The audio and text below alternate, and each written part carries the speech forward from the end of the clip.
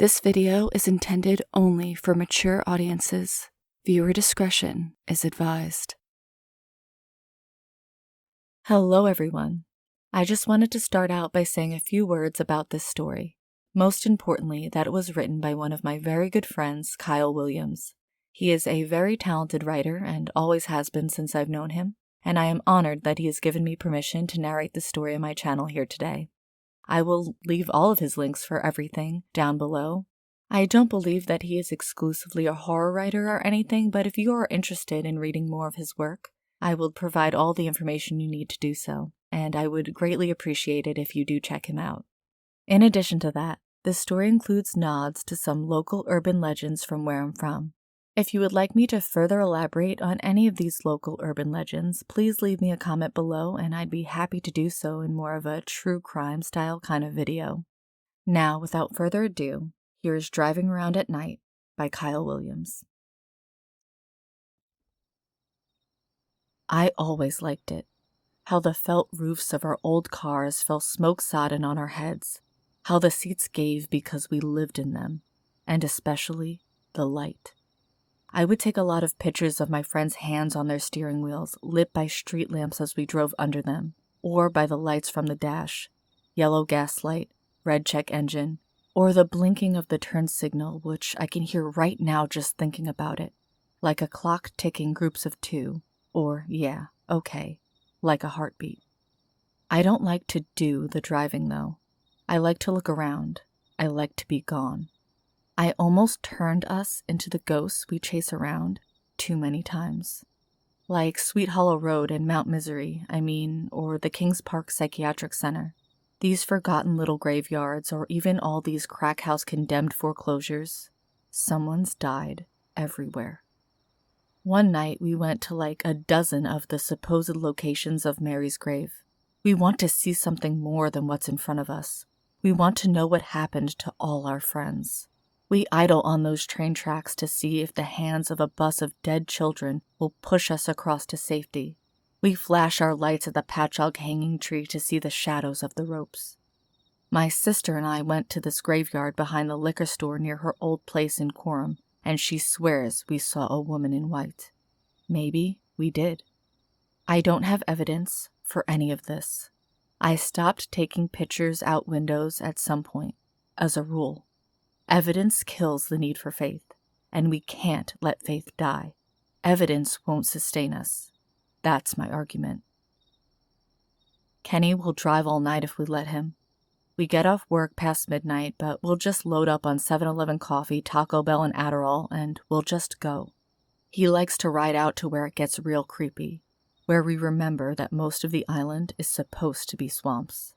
He really loves this one intersection. I think it's in Sound Beach. One road's dirt, the other's getting there, and if there were ever signs to tell us the names of those roads, they're gone now and never coming back. There's an abandoned flower shop on one corner and empty lots on the other three, a single street lamp oozing a piss-blood color over everything. It feels like we could sell our souls there, and Kenny wants to run that flower shop. He loves flowers. Not far from there is Whiskey Road. The men paid to clear the path through the pine barrens were paid in barrels put along the route. That's why the roads slalom so bad.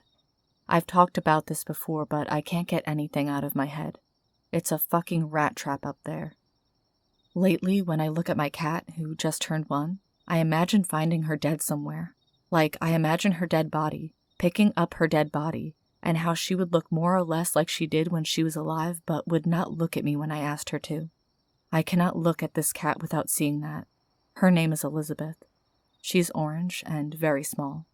I don't even like to look at my friends anymore.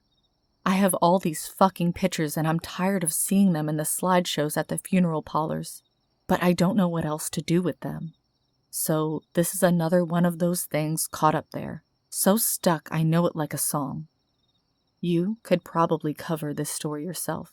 If you do, you should tell it like this. It's how the guy who lived in my mom's basement told it to me, and how I told it to Kenny. It helps if you are actually on Whiskey Road at night, but you can sub in any dark, winding road with a lot of tree cover and not a lot of lights, if you're not from where I'm from. And whatever it is about your friend, you can't get out of your head. A friend of mine used to pull a prank all the time where he'd hang himself by one of these trees over the road. Not actually hanging himself, obviously, but like in a movie. There's a way to do it that looks real, but isn't. He practiced this with the ceiling fan in his room. It would give him these crazy bruises around his neck. More than bruises, I mean. Have you ever held a thick rope before? It's sharp. It cuts you. So you have to imagine this kid with this 2-inch thick bruise wrapped around his neck, coated in dried blood that would crack open and drip down if he turned his head too much or too fast. But when anyone asked him about it, he'd just give them this shitty grin and say something like, "My girl likes a good time." I knew what he was really doing because he told me, and I assumed he'd told some of our other friends because we all played dumb about it. What bruises? What cuts? Not that anyone really asked. We weren't the kids anyone cared about. I think the teachers figured that if he ended up going through with anything, it would be one less thing to worry about. Maybe it would pacify the rest of us. He brought me out here a lot. I would hide in the woods. I mean, try looking out there right now. You wouldn't know if someone was 20, 30 feet in watching us. And this isn't a main road or anything. It's long, but it goes from nowhere to nowhere, and it's dark as hell. Hardly anyone is on it this late at night, especially not since they found the bodies Rifkin left out here. What he would do is string himself up by a branch over these curves, near enough to a street lamp that a car would see him, but far enough away that it might convince itself it didn't. But what he liked better than making a car stop was when a car slowed down a little but decided to just keep going. If they stopped, it meant he had to jump down and run into the woods fast enough that the driver might think it was just nerves. But those people who slowed down then kept going, those people, he said, have convinced themselves that what they saw wasn't worth stopping for. We argued about that, about whether that was better, about what it meant, but he said those people proved something to him, something about the human condition.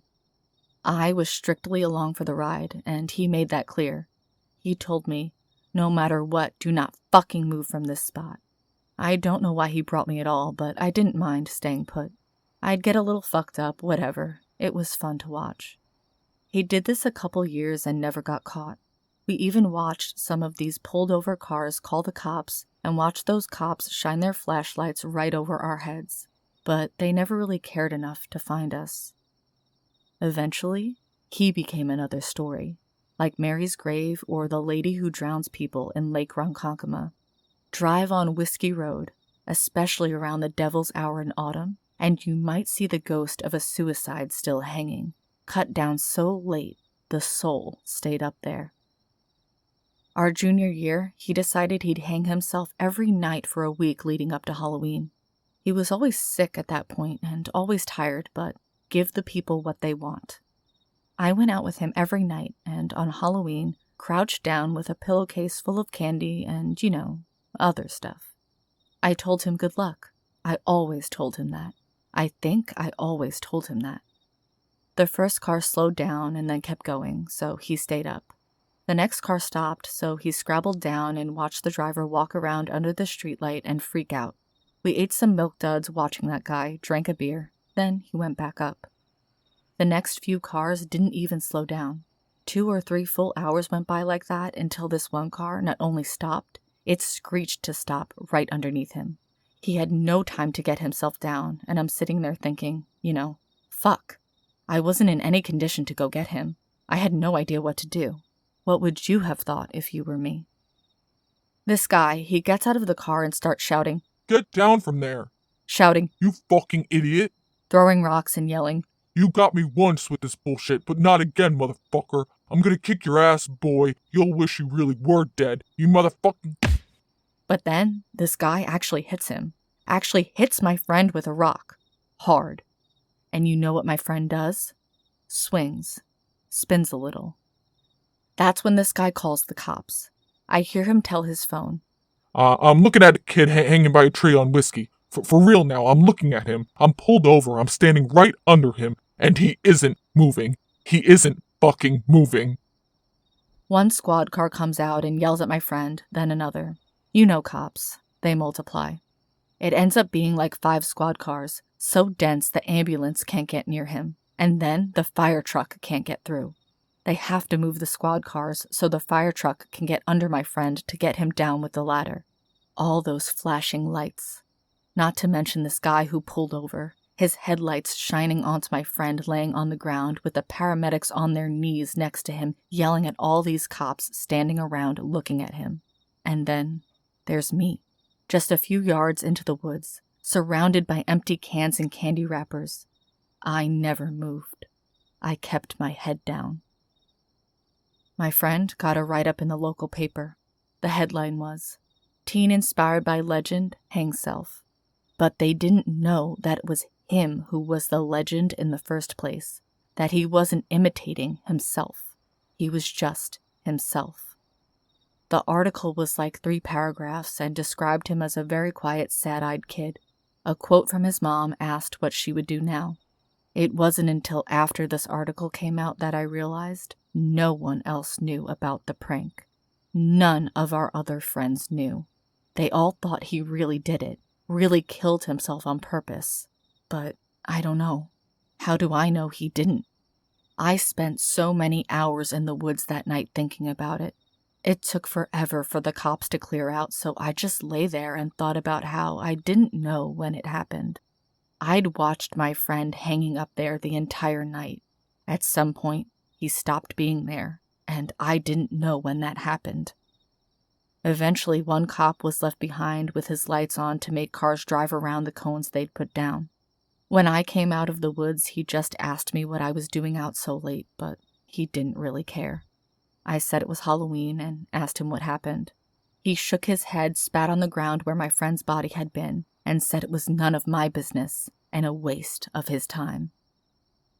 So, I like to drive this road now whenever I'm near it at night. You'll still hear people say they saw a body hanging on Whiskey Road that wasn't there when they stopped to check for it. I don't believe them. I don't believe they stopped to check. Even still, I'd like a story like that. I'd like to keep that argument going, so keep your eyes open. That's the end of the story. When you're done telling it, get real quiet. Don't answer any questions. Don't clarify anything. Just be quiet. If your radio is broken like mine is, all the better. If you're the one driving, turn around on the road and ride it all the way back. If you have to say something, and I mean if you really, really have to say something, you can say this, but only after a long time saying nothing, staring out the window, up at the trees, into the dark. He died doing what he loved.